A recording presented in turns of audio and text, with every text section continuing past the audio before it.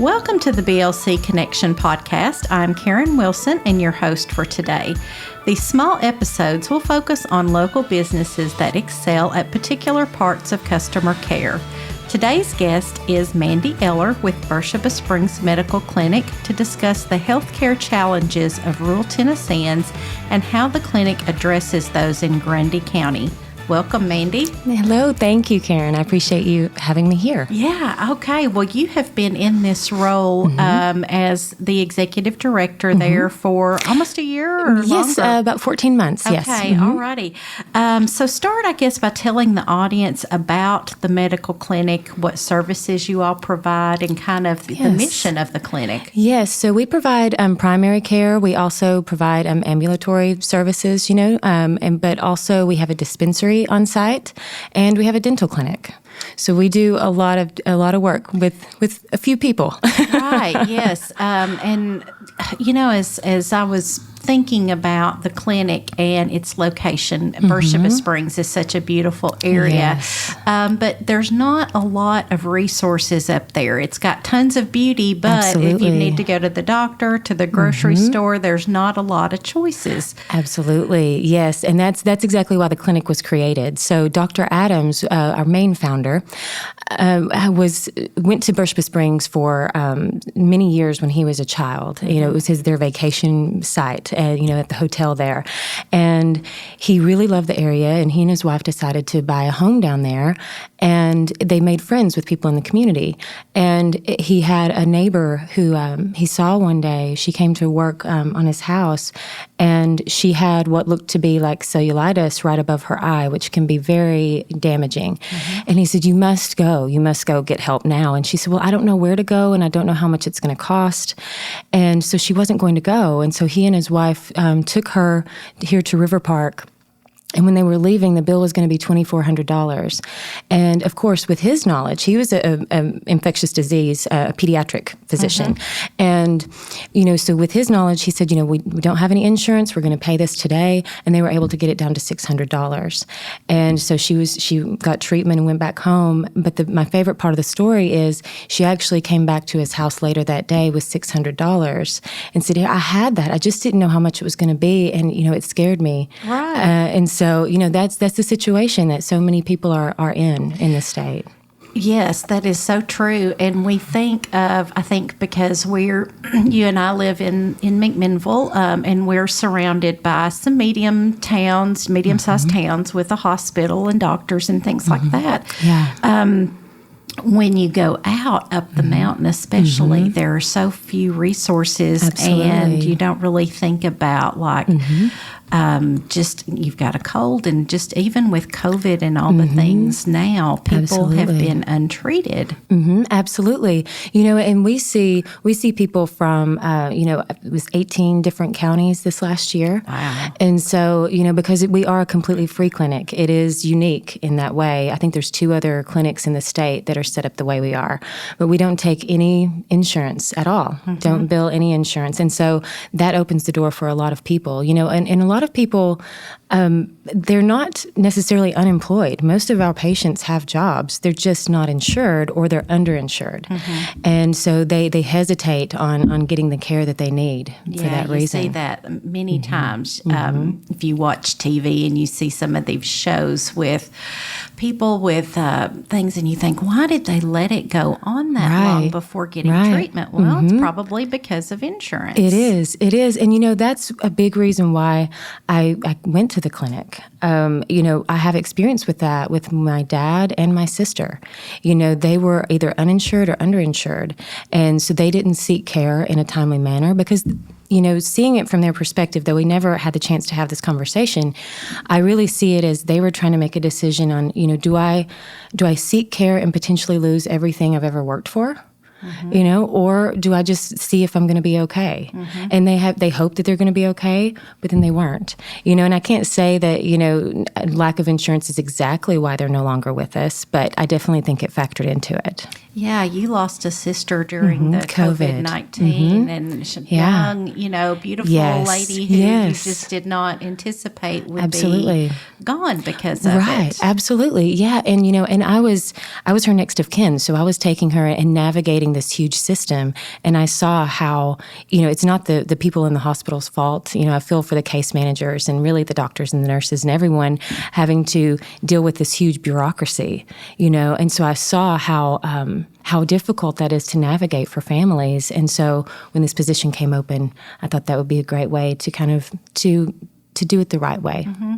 Well, and as you said, this wasn't on our topic, but that brings up to me how important an advocate is, because your loved one is probably sick, not feeling well, not even processing everything that they're going through. Right. And that other person needs to be there for them, whether it's a friend, a family member, to hear and to understand what all is happening. Absolutely. And I even had to rely on, nurse friends and physician friends to help clarify the situation and say, is this really how it is, or are they just having to tell me this because of, this certain situations and laws and things. Right. And so it was a lot to navigate. Absolutely. Yes. So you kind of told us about the clinic beginning, Dr. Adams, I believe you said. And then, so I guess he started working as far as utilizing resources. Tell us how that actually came together. Yeah, so there were, I think, 3 or 4 people on a porch in Beersheba Springs at one of the homes, and he told the story of his friend whom he had helped. And it was he and Phil Mayhew. They gave the money. And then another was Renee Hobbs, which she's been the office manager until this year, and I have her moved over to community health worker now, which is extremely important. But she was one of them, and then another citizen in Beersheba Springs. And they came up with this concept in 2008 and got it fully incorporated by 2010, and it's been open since then. I can't imagine how you even begin to organize something to where you're giving free services, medical services, which we all know the expense of that to an entire territory, region of people. Yeah. And, of course, we'll touch on that a little bit. I'll go ahead, I guess, and bring that up about you all are a 501c3. Yes. But you receive no funding on the state or federal level. How is that possible? Right, yes. And so, that it's the generous donors. And honestly, it's the story of the clinic and what the clinic does.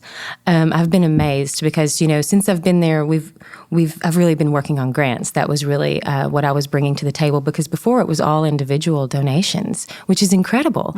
But the people there in Beersheba Springs, they have homes there, and they support their friends with the people in the community, and so they give very generously to the clinic. And then we also have physicians who, our volunteer physicians who come in and work with us, who also support us. And so it's incredible the support it does receive. Yeah, it's got to take people like that doing it. But as you says, grants. And luckily, it's a good time for grants. Absolutely, yes. And so because, there was kind of a misconception whenever I came in of, we don't take state or federal funding, so we have to be careful. But I had a wonderful conversation with Dr. Adams, and he said, as long as it just doesn't drag us into having to be part of that bureaucracy, if we can stay away from that, because that's really why we get a lot of the volunteers that we get, because they actually get to just do what they went to school to do. They don't have to worry about all the insurance and the bureaucracy. They're not plugged into the system. They just really get to be with the person the entire way through the process. They even get to hand them their medication and explain to them how to use it. And that, I try to talk to every resident and physician who comes in, and that's what they say consistently, is they just love how it's so grassroots, and they get to do what they normally wouldn't get to do otherwise. Probably go back 100 years or so into how doctors and nurses were able to do the job without all of the paperwork and things things like that. It does, but it also brings in the modern element of medicine. Yes. I mean, we have a dispensary there on site. We don't keep any controlled, substances or narcotics, but we do occasionally prescribe, say, gabapentin for diabetic neuropathy. We have lots of diabetic patients. And our patients, they have very complicated comorbidities, and due to their life circumstances, and so it's also an interesting challenge for the doctors who come, to get to the bottom of everything that's going on with this person. And thankfully, we have wonderful physicians. We have programs with Erlanger and St. Thomas, and they run residents through. We have physicians who are over that program through the UT College of Medicine, and they send residents to us. And that's wonderful. Yeah, every Friday we receive a rotation, and we also are part of Yale's global global health program. So we're actually going to get a Yale resident down here in the spring. So we usually get one a couple of times a year for a few weeks. I bet they're amazed at the beautiful location and then getting to know the people of Tennessee. Wonderful people. Yes. And they get to see, a whole different side, of medicine. And that's something that I think the clinic also plays a very important role in educating people from all over on, the needs of rural citizens. Unfortunately, a lot of rural students are not going into medical school. And part of that's because they think, well, we won't score as high on the tests and all of those things, and it's sad. And because the fact is that doctors, if they've grown up in an urban area, don't typically go to a rural area. But we have the opportunity to bring these physicians in from all over. One's just starting out in their residency, and get to show them the needs of rural Americans in Tennessee. And the challenges here are very different than urban areas. Absolutely. We could talk about that. Probably be a whole nother podcast, I would think. So let's talk about some of the challenges of providing medical care in that area of Tennessee. I go back to the people of rural Tennessee and just rural America in general. Are people, I guess, resistant of doctors? Let's talk about their far as the education of what their circumstances are, as far as their health and things like that. What are some of the challenges? Absolutely. So, a lot of them have never been to, a lot of them before the clinic opened had never been to a doctor. And then maybe they'd been to Dr. Harbolt, but which he was a doctor, don't get me wrong. But, it was not the extensive kind of medical care that they were needing. And so, yes, it's a generational thing that, their parents didn't seek it until they absolutely had to have it, and they do the same thing. And so it's a re-education, trying to educate them that, let's get on top of this and stay on top of it, so that you can have a longer life. And it's a challenge because generationally it's just not what they've had available to them. And but, we also have really great success stories, people changing their lives and turning their lives around. So, it does make a difference. It really does. I noticed you all work with Steve and Karen Wickham, and they're diabetic. We've had them on Table Talk before at Ben Lomond, but education, I'm sure, is a huge part of, here's the situation that you're in. Let's try to change that. Absolutely. And there are additional challenges. We just brought on an AmeriCorps service member to actually work with them individually as well. So we do the classes, but then they actually make an appointment. And because it's interesting, just, teaching a class, it's not exactly the easiest way to reach our patients, because that might be an uncomfortable situation sometimes. So we offer it because it's important information, and they come and they participate, and that's great. But we also need to help them on a one-on-one level because there are so many other barriers that they're facing. You mentioned, I think, grocery stores earlier. It's a food desert. And so it's very hard for them to get fresh foods. So we're talking about this spring bringing back our raised beds and incorporating that into our diabetic classes, and looking at doing a community kitchen where we all cook food together and they learn how to cook these fresh foods, because that's also something that's been lost, Right. We think of, rural America, we've all had gardens and things like that, but some of this generation is getting older and unable to garden. Plus, when we garden, we tend to want to fry everything. Right, exactly. That's just the South. Yes. But there are some healthy ways to fix those fresh foods that we've kind of, maybe not tried before.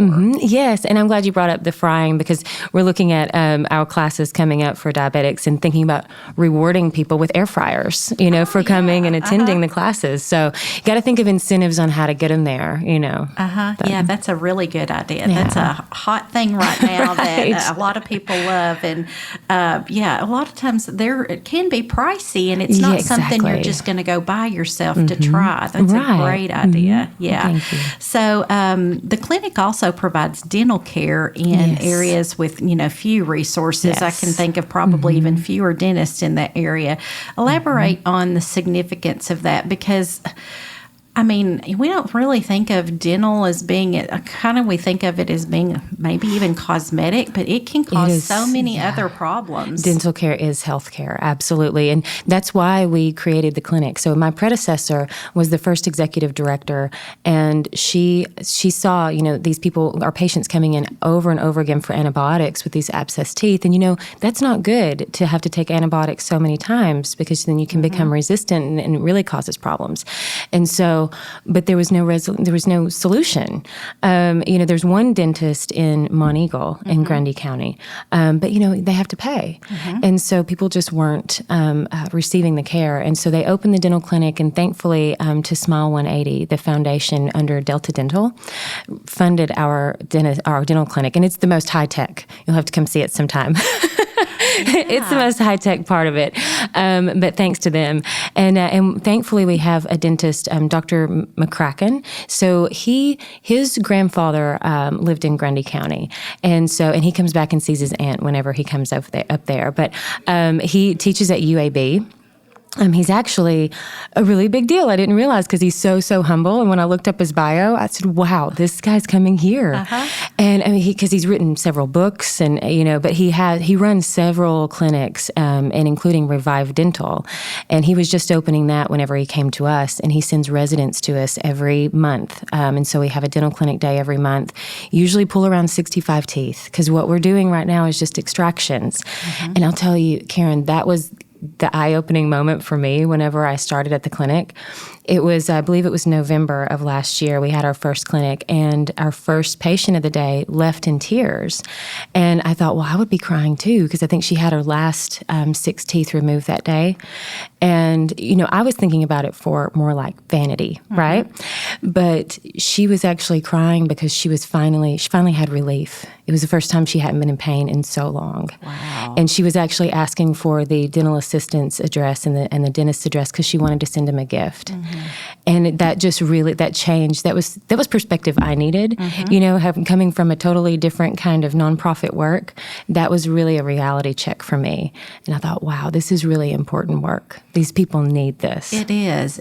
And, we are somewhat sheltered from being exposed to that, and just how, I guess, common it is in areas like that, as you said, to go untreated in pain. And a lot of times that's what has led people to addictions and things like that. Absolutely. And of course, that was a big factor in rural America, but you were in pain, you took medication, and, just to kind of get by. Right. Yeah, absolutely. And, it's I was going to say, we're also creating our denture lab. So that should be up this next year. So, we're removing all these teeth. And I wanted to bring that up because it kind of hinted on employment. And that is a big deal. Whenever people begin to lose their teeth, they can't just get a job anywhere. And they have to, either in the back, in a warehouse or night shift. And think about what that does to a person's psyche, and just because their parents never took them to the dentist, because they never went to the dentist. And it's a generational thing. And so it's not always drugs that creates it, though we definitely see that. A lot of times it's just where they fell asleep with a bottle in their mouth and they never saw a dentist before, and it's just a generational thing. And so, we look forward to being able to supply, dentures features, especially to our younger folks who still really want to get out and have a social life. I mean, they have to be shut in, and it's sad. And it affects even eating and Yes, it all does. kinds of things like that we Yes. kind of take for granted. There's a reason that we have those teeth and we need those. Yeah, we've definitely seen that too, just inflamed gums from trying to eat and people losing a lot of weight because they just can't eat food. Yeah, that's a wonderful resource. I noticed one of your posts. It was very excited that Dr. McCracken was coming back. Yes. And so I guess you all provide that, say, monthly. Is that right? Okay. Yeah, we see about 10 to 12 patients a month. And right now we're booked out almost through February. So, but, we see about 17, 18% of our patients in total from Warren County, and really we see more in the dental clinic from Warren County, and even White County and DeKalb. I mean, because there's just nothing like it around, and there's such a great need for it. Yeah, that's a great resource. As I said, I mentioned Grundy County, but you all, as you said, are providing the care. You don't have to be a resident of Grundy County. No, we actually can't refuse service to anyone, being a 501c3. And so, I mean, if someone walks through the door, they're going to receive care. And, as long as we can give it to them that day, we'll do it. And, I want to give a special thanks, too, to River Park Hospital because, we can only do so much there. We don't have the imaging. We don't have, we have an EKG, but we don't have, ultrasound or, anything like that. And or X-ray, and so we often send people to River Park, and they're so kind. They give us unlimited X-rays, and so many CT scans, and all of that stuff. And that's the only way a lot of our patients could get that continuity of care, And thankfully, because we have these wonderful physicians who volunteer with us from these different hospitals, and they have connections, we can often connect people with specialists who need to be seen, and they will do it at reduced or no cost. And so it's really incredible to see how it all comes together and how these amazing people work together to help these people. Yeah. Do you all do pediatric care there as well? Or how we does don't that at work? the moment. Yeah, because our physicians can't see children under the age of 16. Okay. But they do have a health department there, and so we try to send them there. We hope that they're engaging, but not at this time. We don't have pediatric care. Well, and as you said, all counties have a health department, and they're pretty much taken care of. I think a lot of times it's that, as you said, the 30s, 40s, and then that older demographic that really where they're not receiving the help they need. Right, and children are covered under TennCare automatically, until they turn 18. So I think that helps in that area. But yes, the adults can be completely left out. Yeah.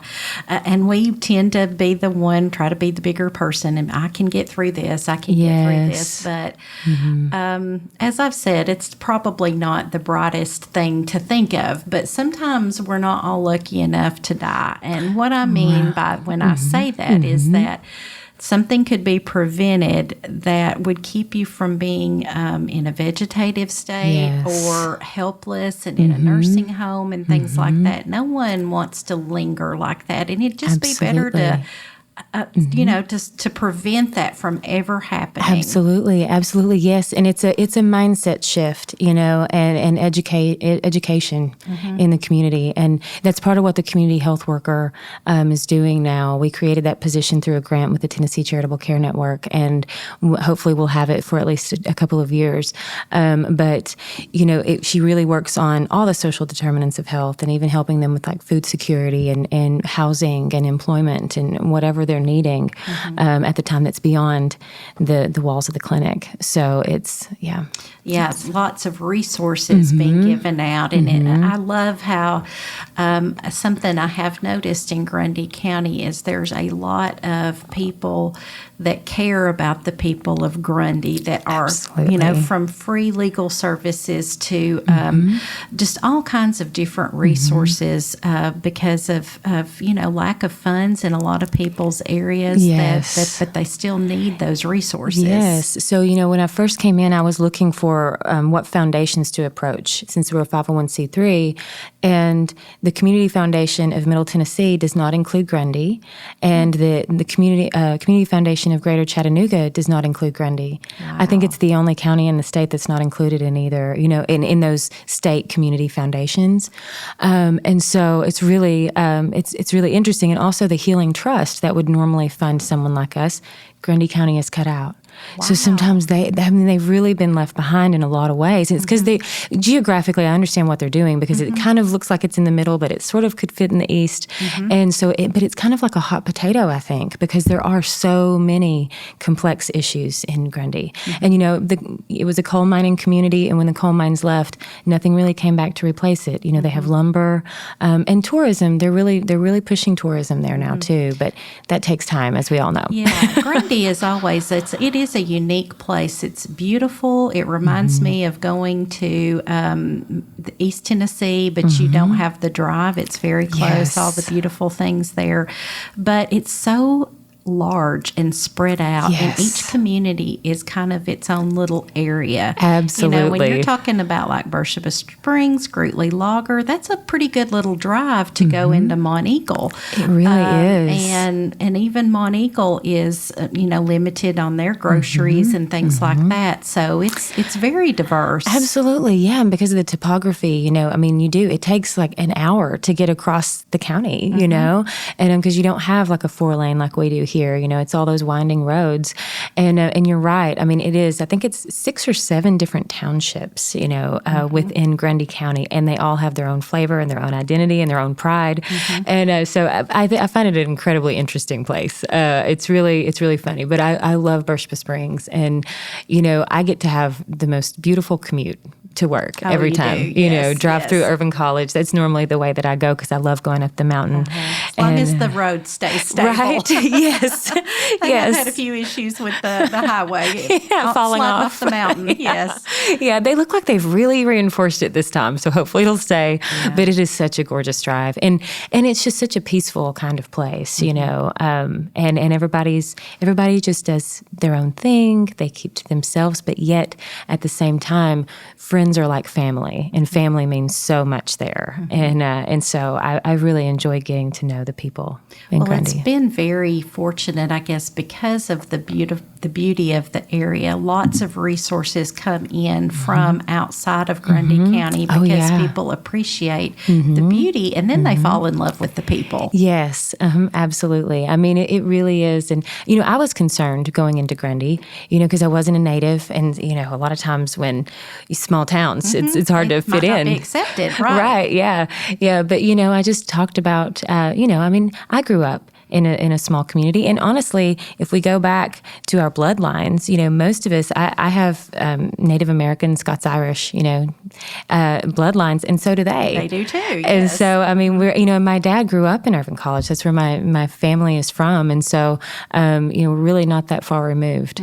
Yeah. None of us are. And especially if you trace back, I love to think about accents and things like that in the South. And we all kind of come from the same Scotch-Irish. Right. A lot do anyway. That's where we get that hard R. And that's right. all those great things that as we speak, we hear. Without giving names, tell us, I guess, a story of someone at the clinic. I'm sure there's countless stories, but is there someone that you can think of that this has made such a difference in their life? Yeah, there was a woman recently who was waiting on her diabetic medication, and I was talking to her, and she said, my mom's alive because of this clinic. And I said, really? And she said, yeah. She said, we have a mammogram bus that comes by once or twice a year, and she went. They, the people in the clinic said, no, you need to come and do this. It's free. It'll be here all day. And she did, and of course they found a lump in her breast, and so, but they caught it early, and the clinic stuck with her the whole time, and that's why they caught it. She wouldn't have sought that care otherwise, but I've heard that a lot. I've heard many patients saying, I would be dead right now without the clinic because, they've taught me how to manage my diabetes. Wow. And I can live, a lot of times they talk about how they can take care of their grandchildren more so than they could before, so it's all about family there. Yeah. And that's what I hear a lot in those testimonies is they get to have a better life with their families, and they're still able to be with their families. Well, and diabetic medication has come so far, and they're getting exposed to new medicines that are really making a difference in their lives. Absolutely. They've really come a long way. I mean, and they're in high demand right now, too. They are. So I've heard. Lots of people wanting that Ozempic or whatever it is. Actually just for weight loss. But let's leave it for those diabetics. They need it very much. They really do. So, Well, I just want to say thank you, Mandy, for coming and being on the podcast. What a wonderful resource in our area. And you guys I'm just still in awe that you all are able to operate being a 501c3 without any government or state funding. Yeah, it's a shoestring budget, but we do it. And, that's what I love about nonprofits, though. It's always a challenge, to keep it going. But it's really, it takes so many people to do it. And it's just, I'm always impressed with the heart of the people on the board and in the community to the clinic. Now, I noticed on the website there is a way for people to contribute. They can either contribute monthly or just a one-time donation. Absolutely, yes. You can go to our website, beershebaclinic.org. And I mean, that is how we operate. We rely on that. And every bit of it goes to patient care. Yes. Yeah, you don't have a whole lot of overhead. No. So keeping it lean and mean Absolutely. and able to provide that service.